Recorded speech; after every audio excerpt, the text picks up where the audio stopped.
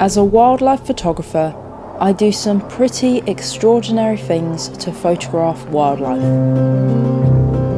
And now I'm going to stay in this box for 15 hours in the Arctic Sea, -8 this morning. This floating box, or a hide, will help me get closer to the wildlife I want to photograph. I've travelled to Båtsfjord Harbour in Arctic Norway. Only 2,200 people live here. In fact, more boats visit this town than people living here, and that's because this is one of the biggest fishing ports in the county. And I'm going to meet some locals to learn about this town's history. But anyway, I'm Danny, I'm a wildlife photographer, and welcome to the Arctic Adventure series.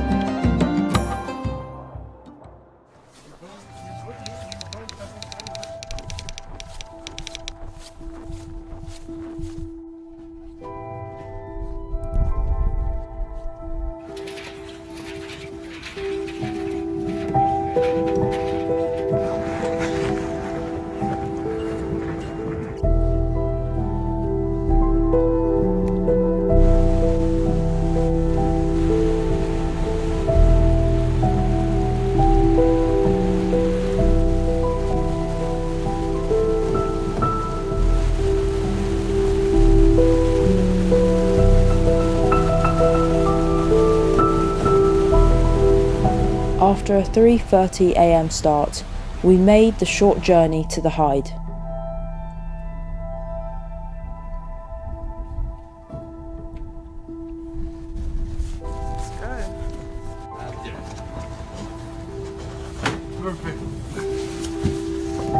So we've just arrived in the hide, and the birds will arrive very soon, so we are preparing lenses and cameras. We're going to point them out and hopefully we'll be ready before they arrive so we don't spook them.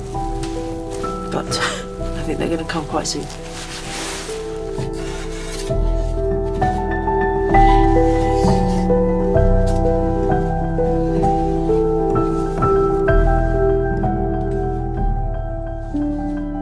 We prepared cameras and waited for the birds to arrive.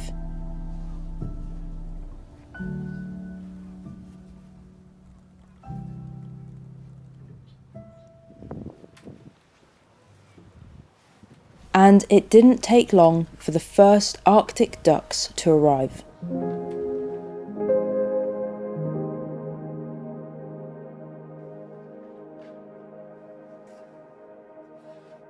And I got my first shots of a couple of common eiders.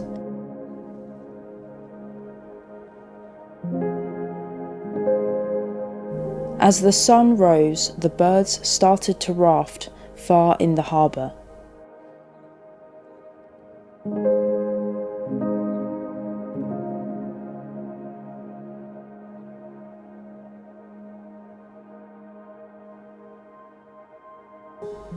And finally, a group started to make their way to the hide.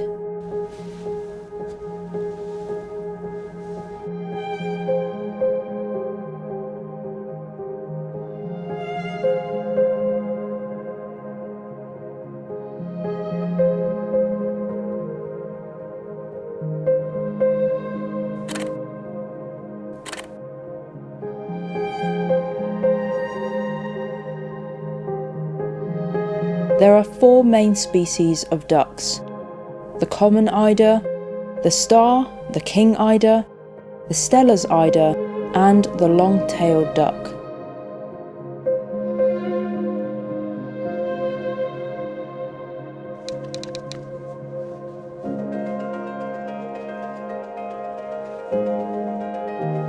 This corner has become my favourite spot in the hide. I like that I can shoot from both sides and have 2 photo holes open, and I can quickly move, and it's been quite good because the eiders come quite close to the beach just in the corner, and that pushes them closer to the hide, and it's easier to get close-up shots. So I left my coffee and it has frozen.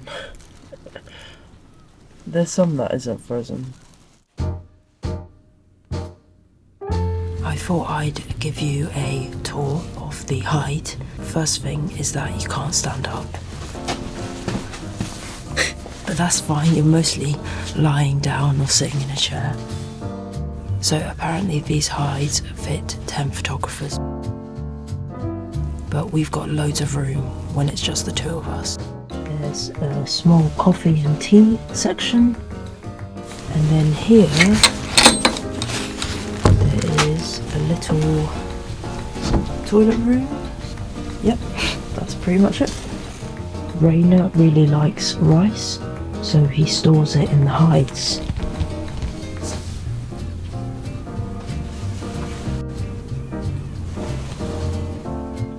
This is the front door, and Rainer's locked us in, so we can't leave.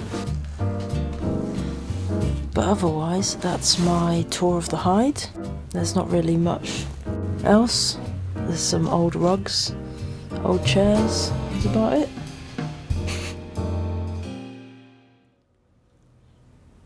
It's 8:30 now and we've been in the hide for a few hours.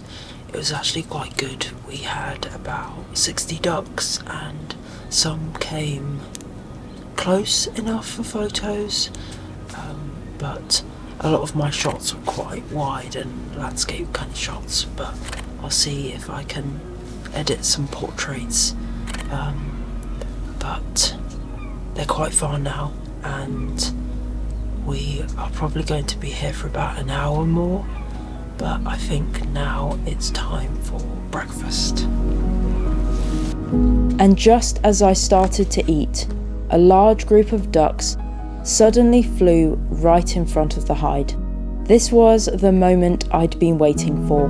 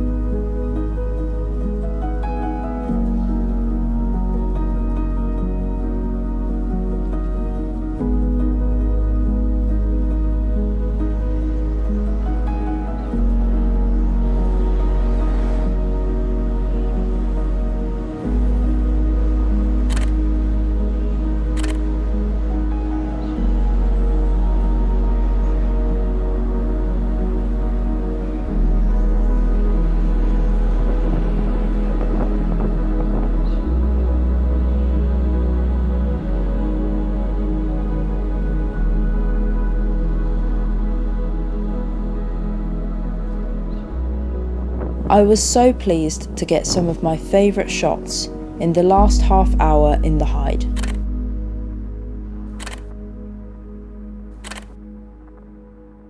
I think that's right. I guess that's it. Day one done. But now it was time to go into the harbour on the boat.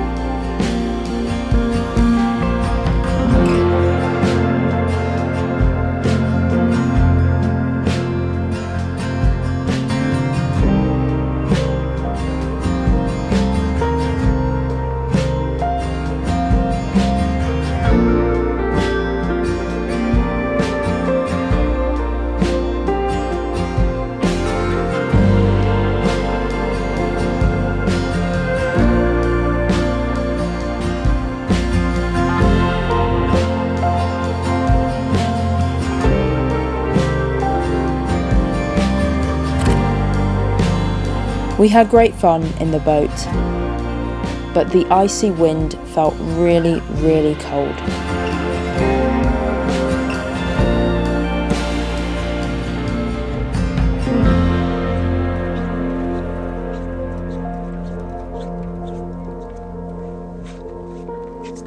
I can't feel my feet. I took 7,000 photos. If I could do that, I would do it. After a hot shower and a nap, we explored the town. And even in the Arctic, you can literally find everything you need. I'd like to thank Squarespace for supporting my adventures and sponsoring this video. This year I've been focused on sharing blog posts after every photography adventure, and it's a great place to just have my photos in one place. It's so much nicer than seeing them on Instagram or Facebook. I actually decided to change up my blog a little bit, so I changed the layout, and now that I've got more posts, I think this works much better. If you'd like to give Squarespace a go, head to squarespace.com/daniconnorwild and you can save 10% off a new purchase of a website or a domain. So we're staying in the Båtsfjord Hotel, and it's run by Rainer, or John. He goes by both names, and there's a lot of history here. Now I pick up stuff from everywhere, but now it's kind of interesting because people are starting to bring stuff here. This was from great-grandfather came here in 1902. And the light on the door is from his first boat. This is the same view he had actually 121 years ago. That's actually my great-great-grandfather, and this is his twin sister. They walk over the ice. They made ice bridges. And she fell in and actually died there by the river, this girl there. So it was tough times, but it was fish factories everywhere. The hotel now is located here, out in the water. So the fish factory, which you see outdoor, is located here. After summer, I'm going to put like information for everything which is historical in here. Old cameras, all kinds of stuff is showing up, and a lot of these people I don't even know, but I just know that they've been here. It was like the capital of stockfish. They were drying so much fish, but they put the dry fish on and they move it around on top of the piers. We have an old rescue boat which is used to rescue 12 lives, and the museum was actually supposed to take care of that one, but it was laying too long on the beach upside down, so the side of the boat started to rot. But I wanted the boat, so I was thinking what to do, so I just made underwater and I cut it like this, so it looks like this. The beginning of this building was a children's garden in 1968, and now it's a museum. And we have 2 or 3 open days. Okay. Yes, when we have waffles and coffee. Okay, and cool. What is the main industry here? fish. We are landing 90 million tons of cods every year. So we are among the biggest in Norway on whitefish. How many people live here? 2,200. A lot of history. So much history, so much possibility. If you want to do nature, if you want to do history, everything. It's different, you know.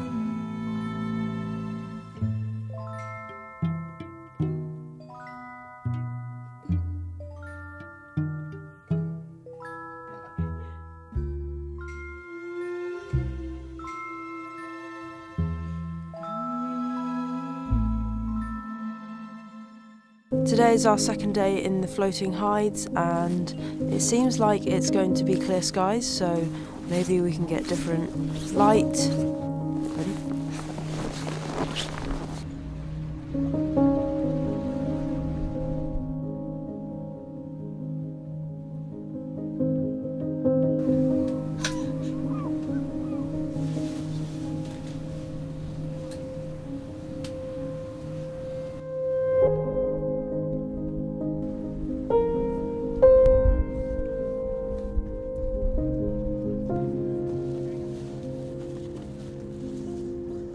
With only a few clouds in the sky, it was so much brighter. and almost immediately the first ducks started to arrive.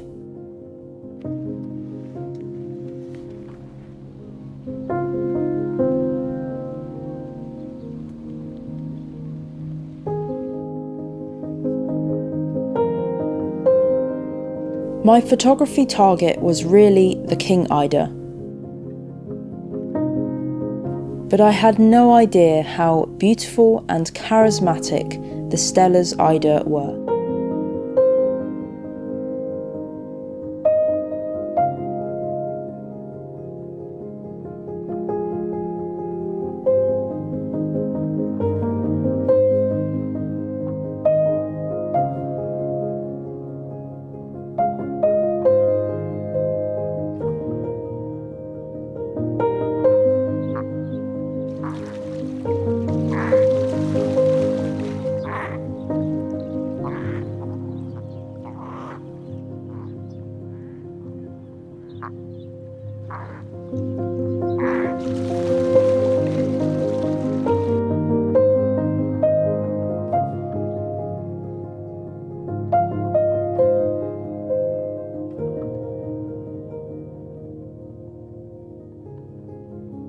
It's been a bit slow with the ducks today.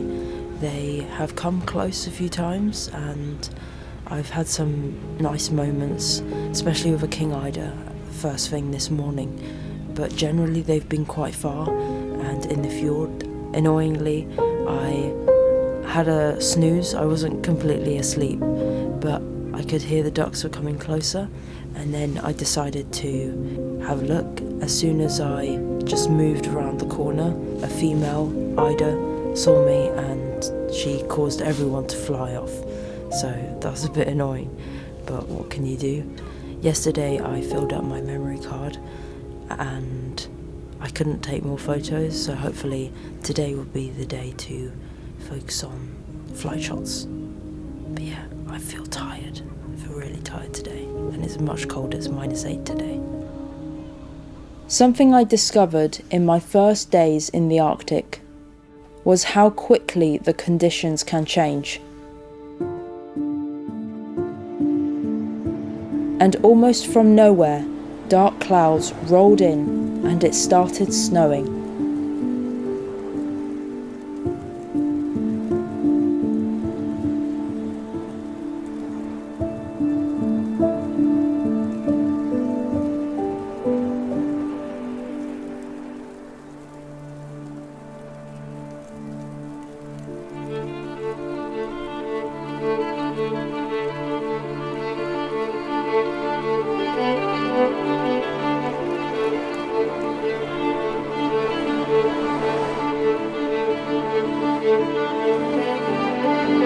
The snow became so thick, it was difficult to focus on the birds. But I got some shots I was really pleased with.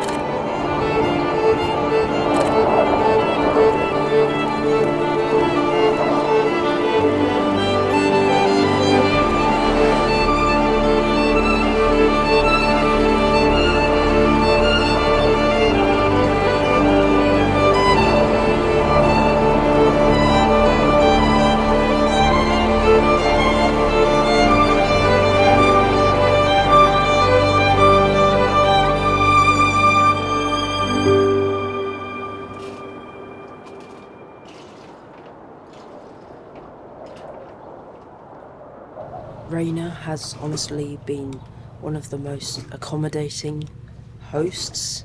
He's bought us vegan yogurt, vegan cheese, vegan milk.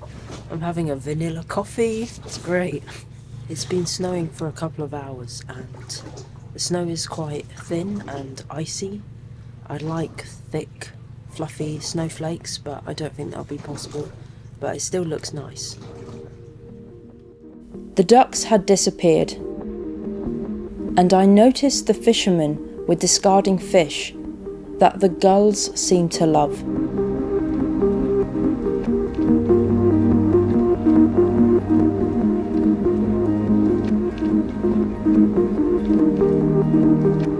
Ideally, when it's snowing, you need a dark background to create contrast against the snow.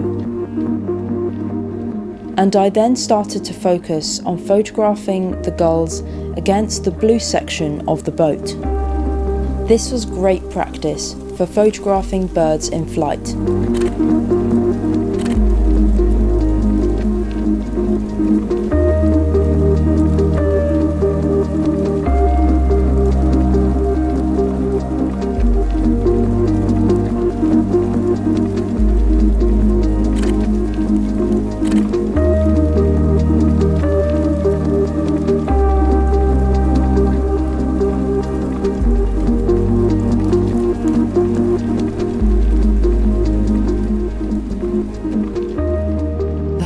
Isn't heated, hence why we wear these massive overalls. It's got some insulation so you don't get all that cold air coming from the water. I mean, you do a bit, it is still cold. -8 this morning. I don't feel too bad actually. Yesterday I felt pretty cold, and today I've worn another layer, which I think has helped, but because it's colder today, it feels the same, but at least I can feel my toes, so that's good. I literally can't see one duck, so that might be it for today. The ducks are definitely in the fjords, but they're just not in the harbour, so hopefully after this we can go for a boat ride and get some more shots. I'd really like to get better flight shots. Yeah, I think I might use the Portaloo. Okay. After another morning in the hide, we then went back into the fjord in the boat.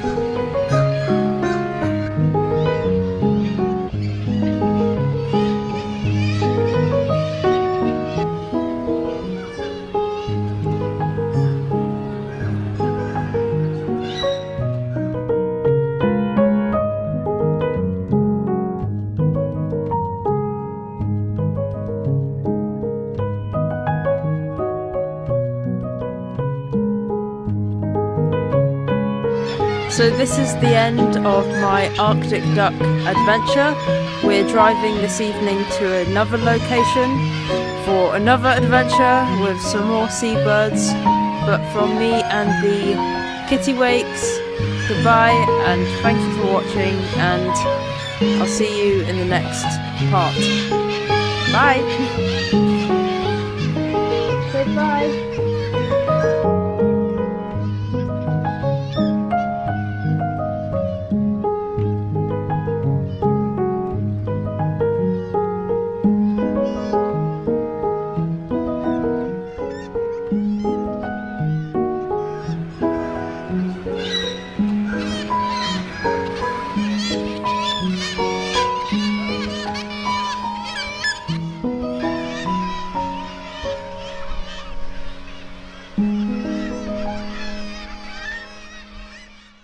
So we're currently outside the supermarket, and I just wanted to show you that in Arctic Norway, no one switches off their car when they go to the shop, and they literally leave the key in the car and do their shopping, and they go as far as not even closing the boot, so when they finish their shopping they can put it immediately in the car. Yep. Also there's some chickens shoveling snow.